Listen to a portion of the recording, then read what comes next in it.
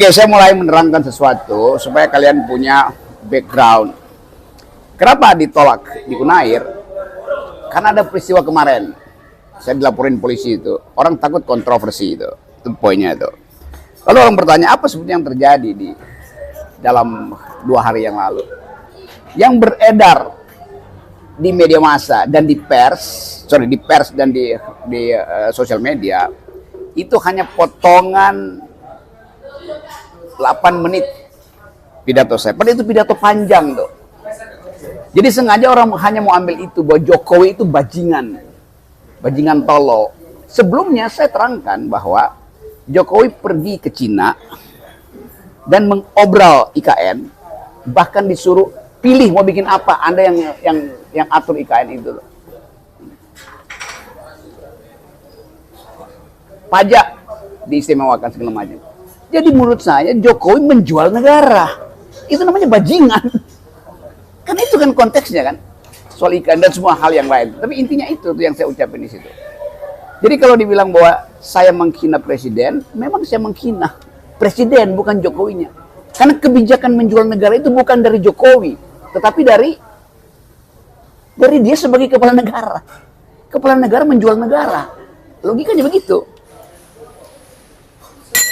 Dapat poinnya ya. Jadi saya mengkritik atau sebetulnya mencaci, nggak ada soal.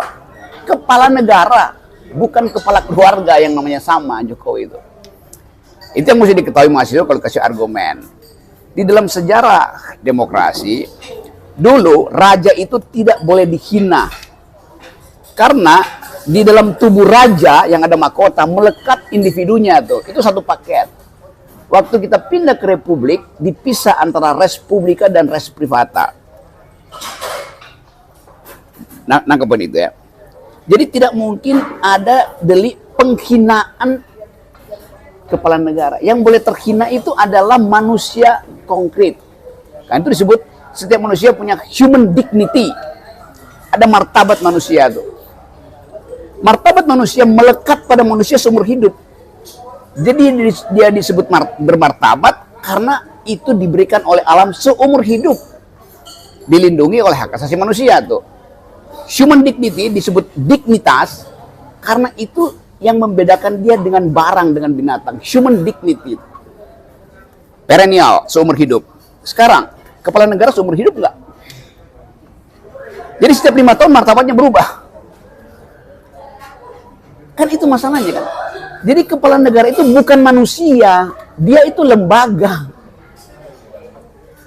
Lembaga nggak boleh punya martabat, karena dia tidak diberikan oleh Tuhan martabat itu. Presiden dapat martabat dari kedaulatan rakyat. Saya yang kasih dia martabat, kalian kasih dia martabat. Dalam pemilihan umum. Jadi poin itu yang mesti dipahami philosophical foundation-nya, bahwa tidak mungkin kepala negara merasa terhina. Karena dia bukan orang. Walaupun fisiknya begitu, tetapi aspek kebatinan dia tidak ada di situ. Dapat mengerti ya? Yang disebut dignity, dignitas itu. Satu poin itu. Lalu tadi seluruh politisi suruh saya minta maaf.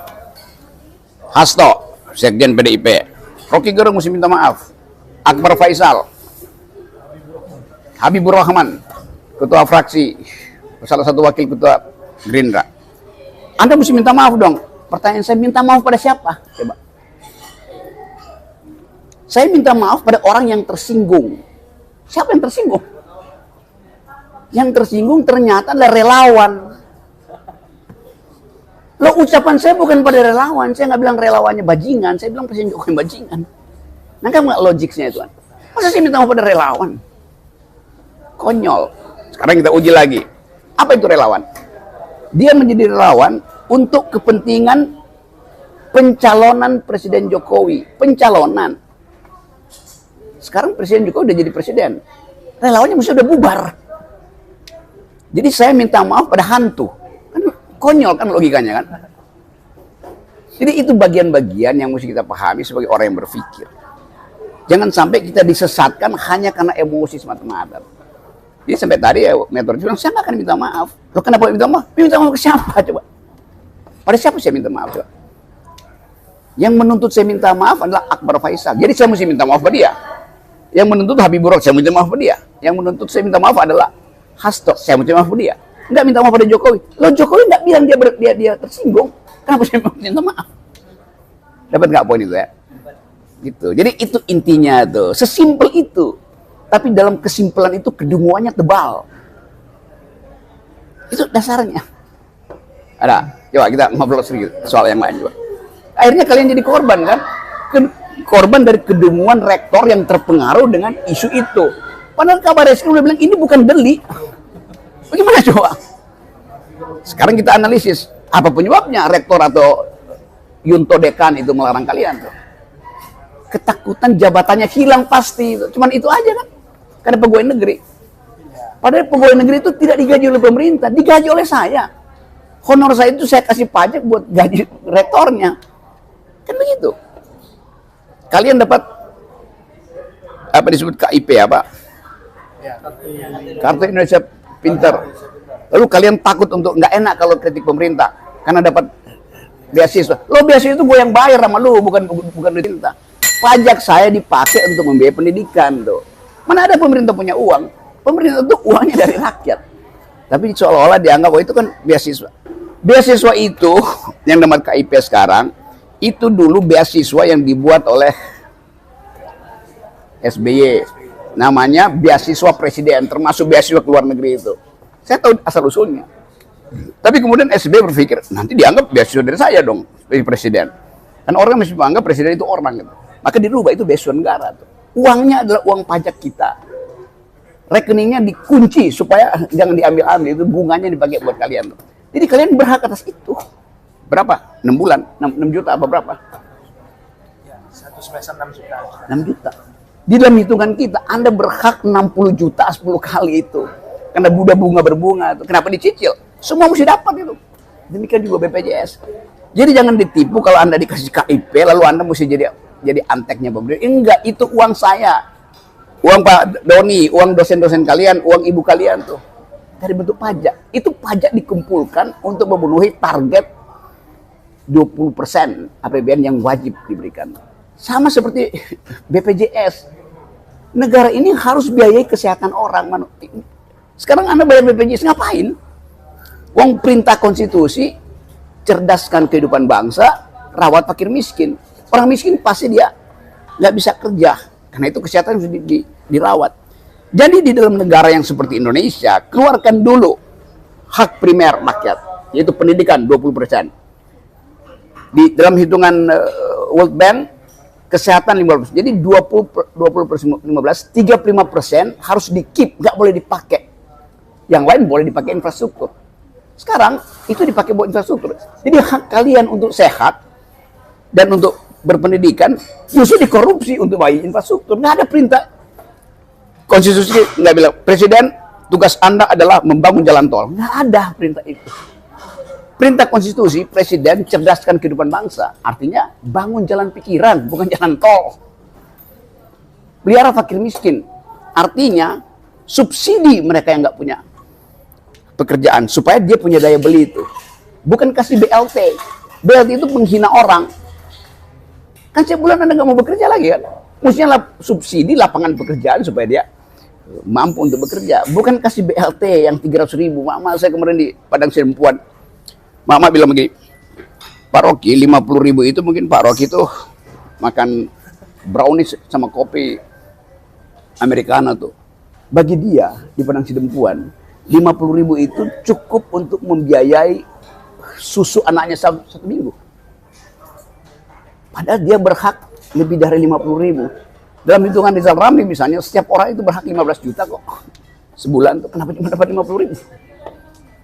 Jadi poin-poin ini yang saya ingin supaya teman-teman mahasiswa itu kasih critical point tuh.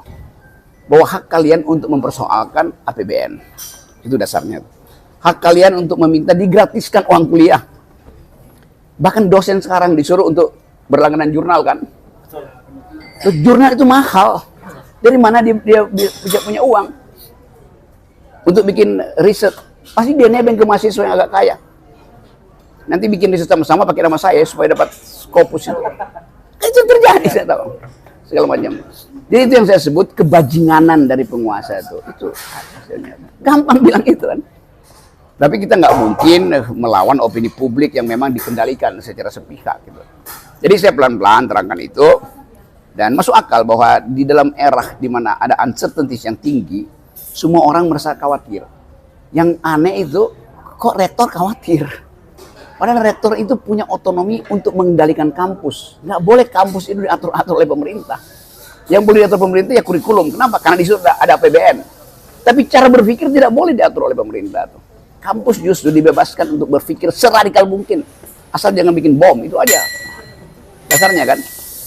Jadi itu prinsipnya tuh, teman-teman. Ya, oke. Saya tahu kalian kecewa, tapi ya kayak, ya anggap aja ini ya ujian batin aja kan.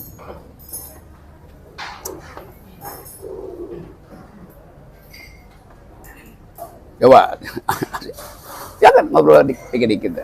Yes. Dari mana ke?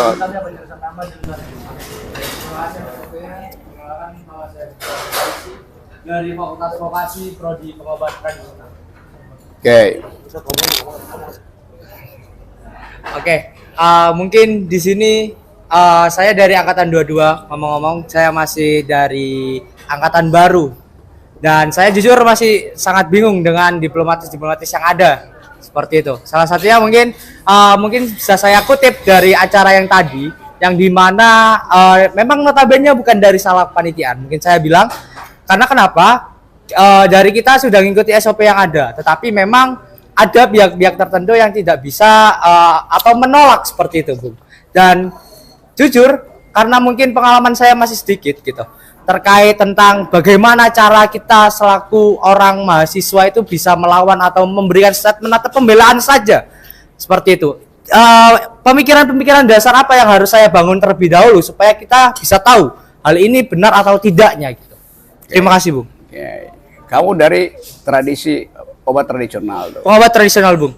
Ada jamu namanya orang pinter minum tolak angin. Tapi jangan itu. Karena itu dipromosikan oleh seseorang yang beliau profesor. Mestinya orang pinter minum tolak anti dungu. Nanti kau bikin jamu baru tuh. Tolak anti dungu itu, bukan tolak angin. Jadi tetap kita melihat bahwa kemampuan kita mengevaluasi kebijakan itu sama seperti keahlian kita meracik obat tradisional. Nggak ada polanya.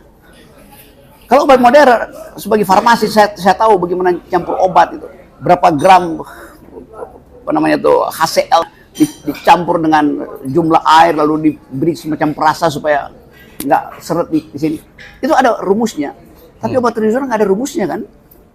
Nah, lakukan hal semacam itu. Walaupun tanpa rumus, kamu tahu bahwa ini adalah obat. Anggap nggak tuh?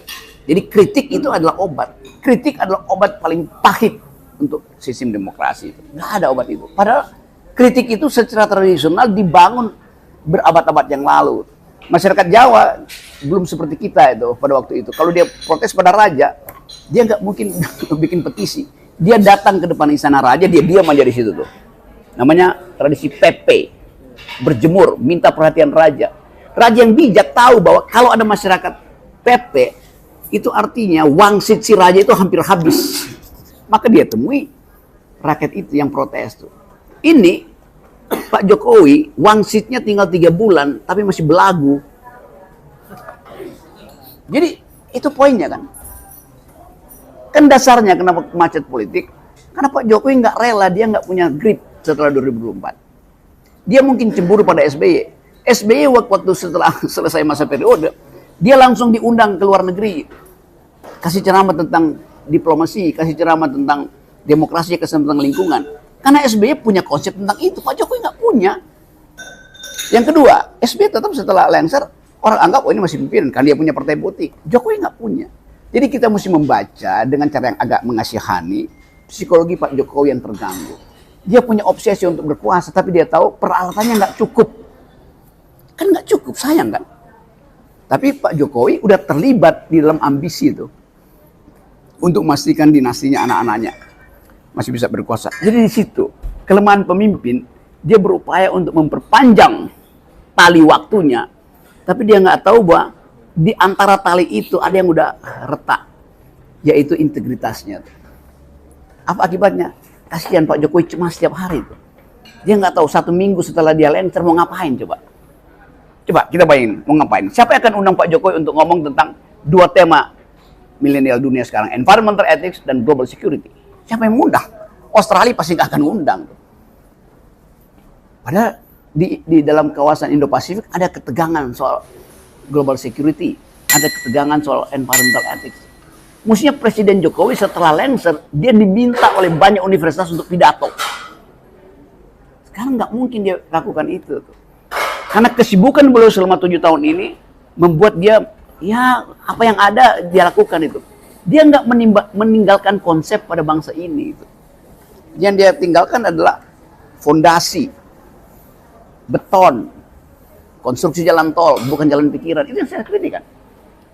Jadi saya tidak memusuhi Presiden Jokowi. Saya bahkan kasihan karena dia tidak mampu untuk menentukan sikap di ujungnya tuh.